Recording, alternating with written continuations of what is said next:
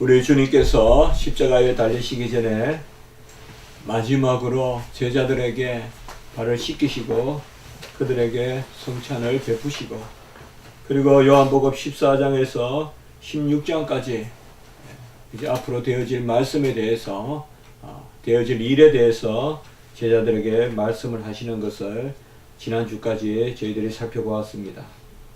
요한복음 14장에서 16장까지의 그 다락방 강화의 큰 요체는 다음 세 가지로 우리가 한번 말해볼 수 있을 것 같습니다. 첫 번째는 장래에 되어질 일을 말씀하셨습니다. 성령이 강림하시고 또 그 성령 강림으로 말미암아 제자들이 이제 새 시대에 은혜를 받고 교회를 이룰 것을 약속하셨습니다. 두 번째는 제자들에 대한 위로의 말씀을 주셨습니다. 주님께서 떠나시되 떠나는 것이 아니요 끝까지 그들을 사랑하시고 오히려 그들 가운데 오시겠다는, 그들 속에 들어오시겠다는 그런 위로의 말씀을 제자들에게 주셨습니다.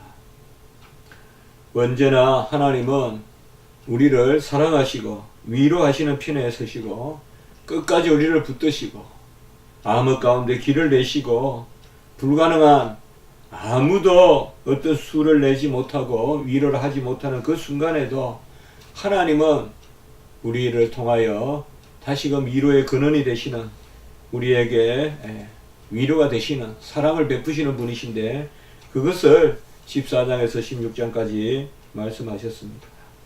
그리고 세 번째는 제자들에게 소명을 주셨습니다.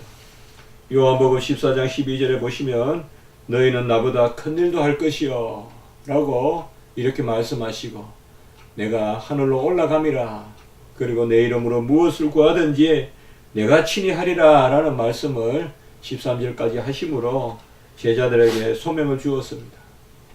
장래 되어질 일과 위로와 소명, 이것이 지난주까지 우리가 살펴본 요한복음 14장에서 16장까지의 그런 중요한 핵심이고 말씀의 목적이라고 우리가 살펴볼 수 있겠습니다.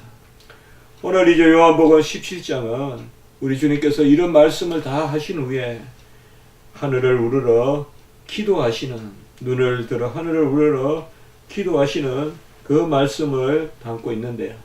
특별히 첫 부분 1절에서 3절까지는 이러한 기도의 가장 중요한 그런 의미를 우리에게 전해주고 계십니다.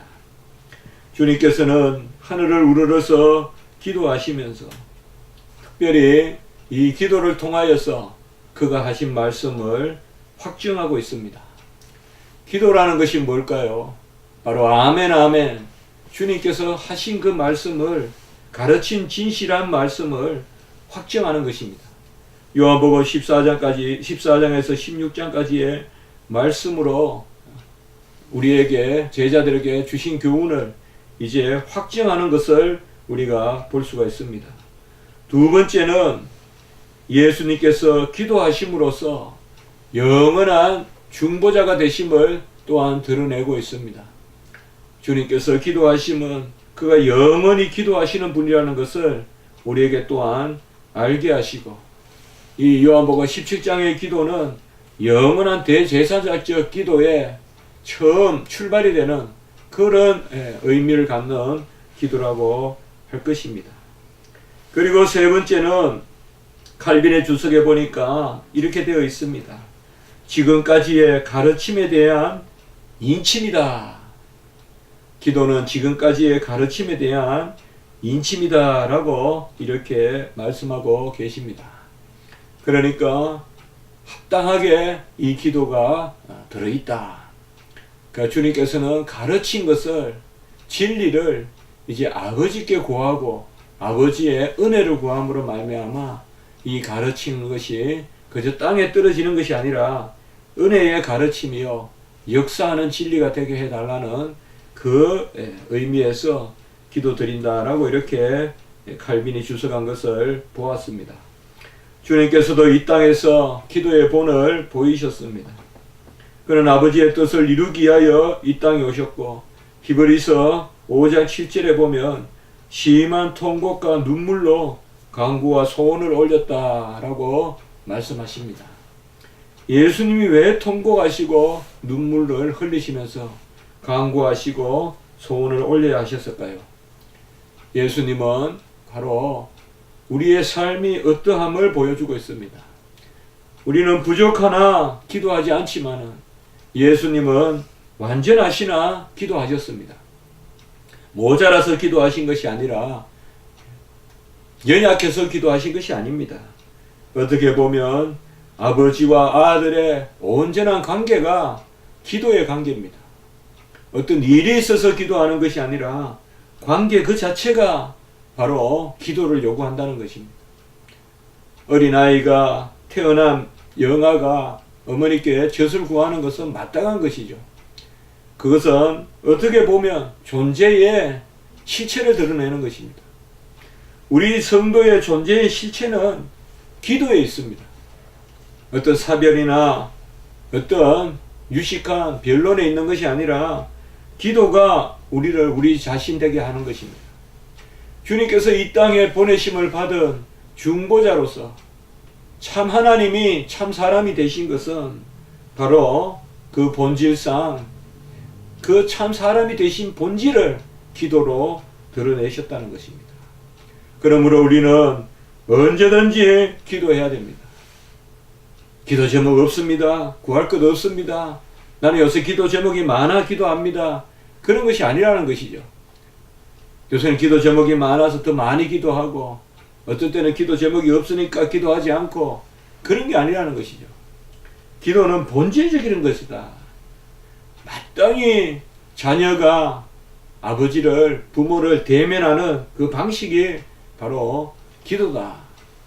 그래서 주님께서도 이 땅에 오셔서 아버지의 뜻을 이루는 사역을 하시고 그 사역을 하시는 가운데 축사하시고 그리고 그 사역을 마치면 또한 한적한 곳에 가서 기도하시고 또 그는 늦게까지 기도하시고 우리가 성경에 다 세세히 보지 않더라도 그 빈 공간에 주님은 기도하셨을 것이다 라고 우리가 바라보는 것이죠. 말씀마다 연결될 때 사역마다 연결될 때 그때 아까 말씀드렸듯이 히브리서 5장 7절 심한 통곡과 눈물로 간구와 소원을 올렸다. 많이 기록되어 있진 않아요. 그러나 히브리서 기자가 정확하게 말씀드렸더니 심한 통곡과 눈물로 간구와 소원을 올렸다. 기적을 행하실 때마다 그렇게 하셨고 이 일을 행하시거나 이 일을 행하시기 전에 그렇게 하셨다는 것입니다.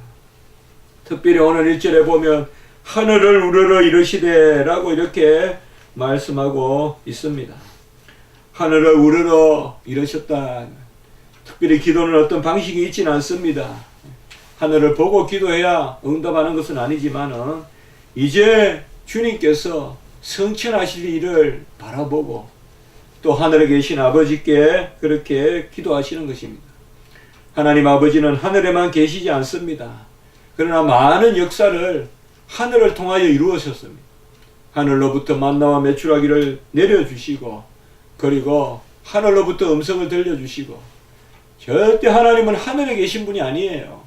하나님은 만물, 만유 가운데 계시죠. 그러나 많은 경우에 하늘로부터 역사가 있고 또 그렇게 하기 때문에 하늘에 계신 우리 아버지여 라고 이렇게 기도합니다. 세리는 바리새인과 달리 멀리 서서 감히 눈을 들어 하늘을 쳐다보지도 못하고 가슴을 치며 기도했다고 바로 바리새인과 세리의 기도에 비유해서 누가복음 18장 13절에 말씀하고 있습니다. 항상 고개를 쳐들고 기도하는 것은 아니죠.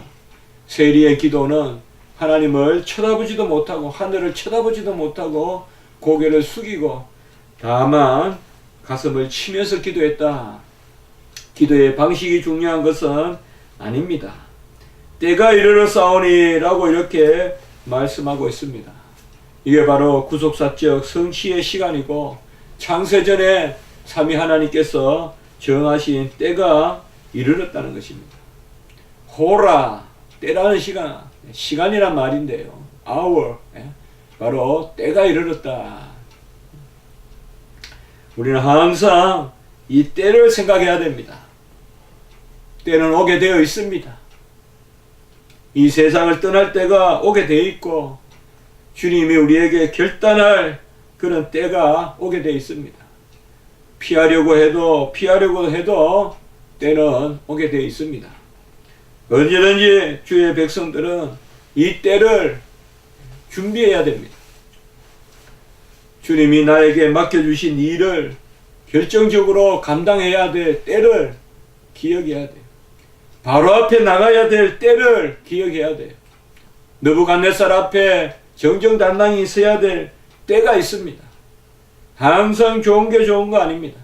이래도 저래도 어떠하리라고 하는 그런 삶이 아닙니다. 분명히 죽음의 때가 오고 분명히 독재자의 앞에 서야 될 때가 오고 분명히 정과 사를 분별하여서 옳은 말을 해야 될 때가 옵니다. 이 때를 놓치면 안 됩니다. 이 때를 놓치면 우리가 가슴을 치고 한탄하고 그 때에 예수 그리스도를 인정해야 되는데 베드로와 같이 그 때에 예수님을 부인하면 안 되는 것입니다. 우리 주님께서도 때가 이르렀사오니 분명히 이 때는 있어요. 그것이 새벽일 수도 있고 우리 주님과 같이 잡히시는 밤일 수도 있고 그러나 우리는 이 때를 준비해야 돼요. 이게 깨어있는 기름을 가지는 그런 처녀들의 모습이에요. 그저 설금설금 살다가 어느 날 나를 데려가시겠대 하는 그런 게 아닙니다. 오늘 여기에 말씀해 보면 숨어있지만은 목적절이 세 가지가 나와요. 17장 1절, 2절, 3절에 이 헬라어에서는 이걸 희나절이라고 하는데요. 바로 목적절입니다.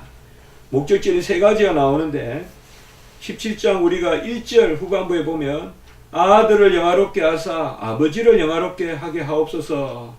이것은 그대로 직역을 하면 아버지를 영화롭게 하기 위하여 아들을 영화롭게 하시옵소서. 이렇게 목적절로 되어 있고요. 2절에 보면 아버지께서 아들에게 주신 모든 사람에게 영생을 주게 하시려고 만민을 다스리는 권세를 아들에게 주셨음이로다. 이것도 아버지께서 아들에게 주신 모든 사람에게 영생을 주실 목적으로 만민을 다스리는 권세를 아들에게 주셨습니다. 이 2절은 거의 그대로 해석되어 있어요. 문제는 또 목적절이 하나 나오는데 이 목적절이 바로 특별히 3절과 관계돼서 중요해요. 영생은 곧 유일하신 참 하나님과 그가 보내신 자 예수 그리스도를 아는 것이니이다. 이렇게 되어 있는데요. 이것을 그대로 해석하면 영생은 뭐뭐이다 이렇게 해서 서술절 혹은 동격절로 되어 있어요. 그러나 사실 3절도 목적절이에요. 우리가 아주 자주 암송하고 너무나 중요한 구절인데요. 이 구절을 그대로 해석해 보면 3절을 영생은 유일하신 참 하나님과 그가 보내신 자 예수 그리스도를 알게 하시기 위하여 있는 것이다. 이렇게 되어 있어요. 자, 3절을 우리가 잘못 해석하면 영생이 마치 우리가 아는 공로 때문에 있는 것 같아요. 내가 하나님과 예수 그리스도를 아는 것, 내가 아는 것, 그게 영생이다. 이렇게 해석하기 쉬워요. 내가 배워서 알고, 내가 탐구해서 알고, 그래서 내가 아는 지식이 마치 내 것 같이 말이에요. 그래서 내가 하나님을 알면 그때 영생이 있다. 이렇게 해석하기 쉬워요. 그러나 금방 말씀같이 영생이 있는 것은 유일하신 참 하나님과 그가 보내신 자 예수 그리스도를 알게 하시려고 그러한 것이다. 영생이 있음으로 우리가 안다는 것이에요. 달리 말하면 영생을 주심으로 하나님과 아들을 안다는 것이에요. 그래서 이 구절은 조금 더 그렇게 해석하면 어떻겠느냐. 우리가 영어 성경도 뭐 제가 다 살펴봤는데 대체로 동격절 같이 이렇게 많이 해석되어 있는데 그대로 목적절을 살려서 해석하는 것이 훨씬 더 하나님의 주권에 부합하다. 이 세 가지를 우리가 잠깐 한번 살펴보겠습니다. 먼저 기도가 뭐냐? 아들로 아버지를 영화롭게 하소서. 금방 제가 목적절로 해석하자 그랬죠. 아버지를 영화롭게 하도록 하기 위하여 아들을 영화롭게 하소서. 이것은 어떻게 보면 우리의 기도일 수가 있죠. 우리도 영화롭다는 것은 제가 요새 계속 나오는 말씀이죠. 하나님은 말씀을 어느 시기에 계속 이렇게 들려주시는데요. 영화롭다는 것은 완전하다는 뜻이에요. 영광은 완전함이에요. 완전함이 그냥 영광이에요. 이 완전함은 하나님께만 있어요. 완전하니까 무한하시고, 무한하니까 자존하시고, 자존하니까 절대적이에요. 이걸 우리 하나님의 속성이라고 그래요. 그런데 하나님을 영화롭게 하기 위하여 나를 영화롭게 하소서. 하나님은 이미 안전하신 분이잖아요. 이것은 어떻게 보면 하나님의 완전하심을 드러내기 위하여 아들을 완전하게 하소서라는 그 기도입니다. 그러니까 아버지의 어떠하심이 완전하심을, 아버지의 영광을 드러내기 위하여 아들을 영화롭게 하시옵소서. 곧 아들을 통하여서 아버지의 일을 이루소서라고 이렇게 말씀하는 것입니다. 우리가 완전할 수 없습니다. 그러나 하나님은 우리를 온전케 완전케 하는 길로 이끄시는데, 이것은 다른 것이 아니라 하나님의 완전하심을 드러내기 위하여, 그래서 하나님의 영화로움을 드러내기 위하여 아들을 영화롭게 하소서라고 이렇게 이야기합니다. 다음 주에 우리가 보겠지만은 5절에 보면, 17장 5절에 보면, 아버지여 창세전에 내가 아버지와 함께 가졌던 영화로서 지금도 아버지와 함께 나를 영화롭게 하소서. 저는 이것을 존재적인 영광이라고 한번 표현해 보고 싶습니다. 성부와 성자의 존재적 삼위일체의 영광, 이것이 5절에 나타나 있어요. 창세전에 내가 아버지와 함께 가졌던 영광, 이것은 존재적 삼위일체. 그리고 오늘 17장 1절에 아들을 영화롭게 하사 아들로 아버지를 영화롭게 하소서, 이것은 경륜적 삼위일체. 지금 아들의 일을 통하여서 아버지의 온전함을 드러내소서. 사역을 통하여 아들의 완전함과 아버지의 완전함을 드러내는 것, 이것은 우리가 경륜적인 사역적인 삼위일체라고 해도 무방할 것입니다. 그래서 성자와 성부는 본래 본질적으로 존재적으로 한 영광이신데, 창세전에 동일한 영광을 가지셨는데, 이제 그 아들이 이 땅에 오셔서 사역을 통하여, 구속 사역을 통하여서 아버지께 영광을 돌린다는 것입니다. 우리도 어떻게 보면 신분적으로, 인격적으로는 이미 우리는 영화로운 백성입니다. 이걸 믿고 살아야 돼요. 이미 우리는 거룩한 백성이요, 이미 우리는 부활의 백성이요, 이미 우리는 생명책에 농명이 된 백성이요, 영화로운 백성이에요. 이제는 누가 우리를 앗아가지 못해요. 사자가 이리가 우리를 침범하지 못해요. 그러나 경륜적으로 이 땅에서 우리가 아직까지 행할 때는, 왜 하나님이 존재적으로 영화로운 백성인데 이 땅에 두셨느냐? 우리가 이 땅에 살아가는 일을 통하여서 아버지의 완전하심을 증거하라고, 아버지의, 우리를 붙드신 아버지의 어떠하심을 증거하라고 이 땅에 우리를 두셨습니다. 이것을 우리가 잘 기억해야 돼요. 내 자신은 이미 거룩한 백성이요, 의롭다함을 받은 백성이요, 하늘 법정에서 인친 백성이요, 이미 영화로운 백성으로 인쳤기 때문에 영화로운 길을 가는 것입니다. 이렇게 우리가 고백해야 은혜가 되는 것이지, 내가 영화에 이르기 때문에 영화롭게 된다 그러면 다 내 공로죠. 그래서 바로 주님께서는 이 일을 보여주시고, 두 번째는 2절에 보면 모든 사람에게 영생을 주게 하시려고 만민을 다스리는 권세를 아들에게 주셨음이로다 라고 이렇게 말씀하고 있습니다. 여기에 보면 권세, 엑수시아라는 그런 헬라어가 나오는데요. 바로 만민을 다스리는 권세, 이것은 만민에 대한 권세라고 이렇게 되어 있습니다.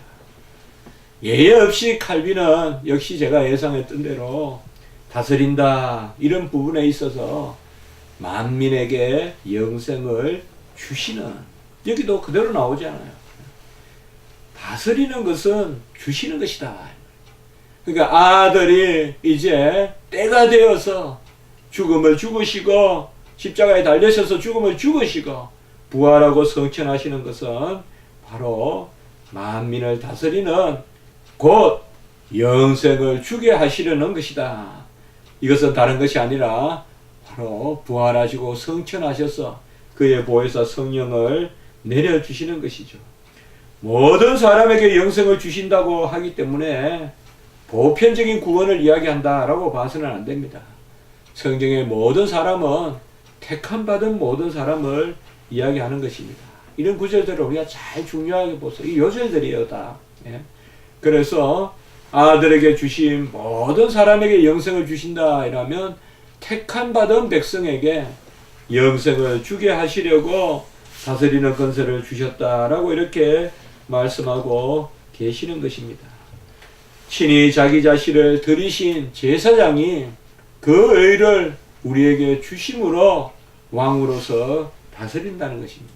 같이 합니다. 왕제사장. 왕제사장. 친히 교회의 머리가 되시고 목자가 되시는 이 목자가 양이 되어서 우리의 제물이 되신다는 것입니다. 그래서 목자가 양이 되시고 제사장이 제물이 되시는 이 일을 통하여서 영생을 주신다. 그리고 세 번째는 아까 우리가 말씀드렸듯이 바로 영생이 왜 있느냐, 이 영생의 실체가 뭐냐, 그것이 바로 유일하신 참 하나님과 그가 보내신 자 예수 그리스도를 알게 하기 위하여 영생을 주셨다. 영생은 아는 것이니다 이렇게 해석해도 틀린 건 아니지만은 이것을 원어 그대로 해석해 보면 우리가 아버지와 아들을 알게 하시려고 영생을 주셨다. 여기 안다는 말은요, 기네스코라고 하는데요, 안다라는 말은 부부관계를 뜻해요. 원래 이 단어가. 그래서 영생을 왜 주셨느냐, 부부가 함께 먹고 더불어 살고 함께 한 몸이 되어 살듯이 영생은 참 하나님과 그의 보내신 자 아들을 알고 아들과 더불어 먹고 그렇게 살게 하기 위한 것이다. 내 살을 먹고 내 피를 마셔야 영생이 있다라고 우리 주님께서 요한복음에서 앞부분에서 말씀하셨듯이 바로 그 부분인 것입니다.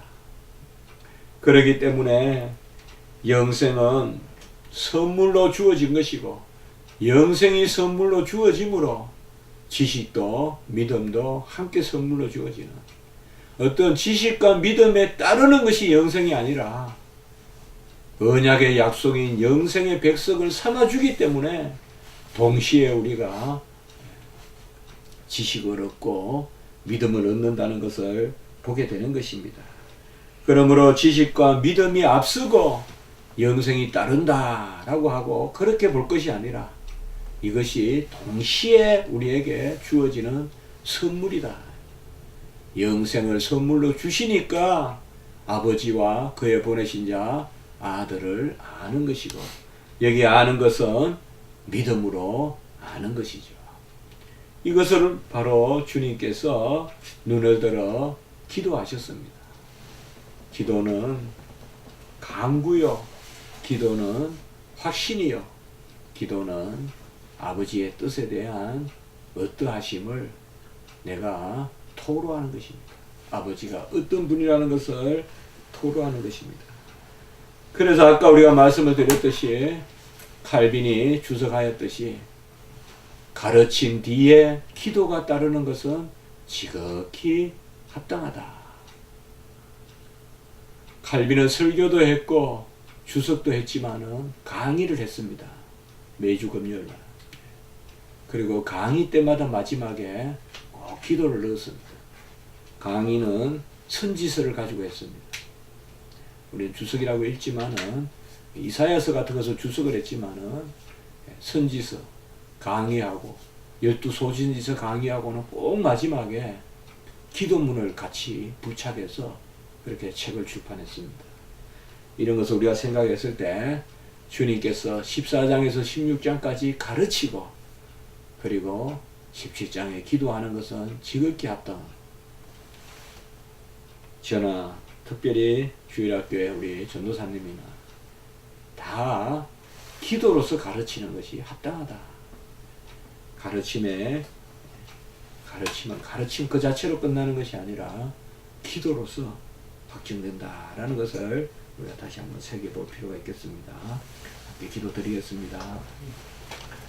거룩하고 자비로우신 하나님 아버지, 주님께서도 심한 통곡 가운데서 간구하시고 기도하심을 우리에게 히브리서 5장 7절에 말씀하여 주시고, 오늘 특별히 세 가지를 놓고 또 아버지를 영화롭게 하기 위하여 아들을 영화롭게 하소서, 또 택감받은 백성들에게 영생을 주기 위하여 아들을 또한 이곳에 있게 하시옵소서. 그리고 영생을 주신 것이 하나님과 그의 보내신 자 아들을 알기 위함을 드러내게 하소서라고 기도하셨습니다. 우리도 기도하는 마음으로 말씀을 받게 하시고 기도하는 마음으로 말씀을 가르치고 전하는 저희들이 되게 해 주시옵소서. 주님께서는 친히 가르쳐 주시고 기도하는 대제사장의 그 중보로 그 말씀을 우리에게 새겨 주셨사오니 오늘 한 날도 이 말씀을 붙들고 살아가는 저희들이 될 수 있도록 주여 인도하여 주시옵소서.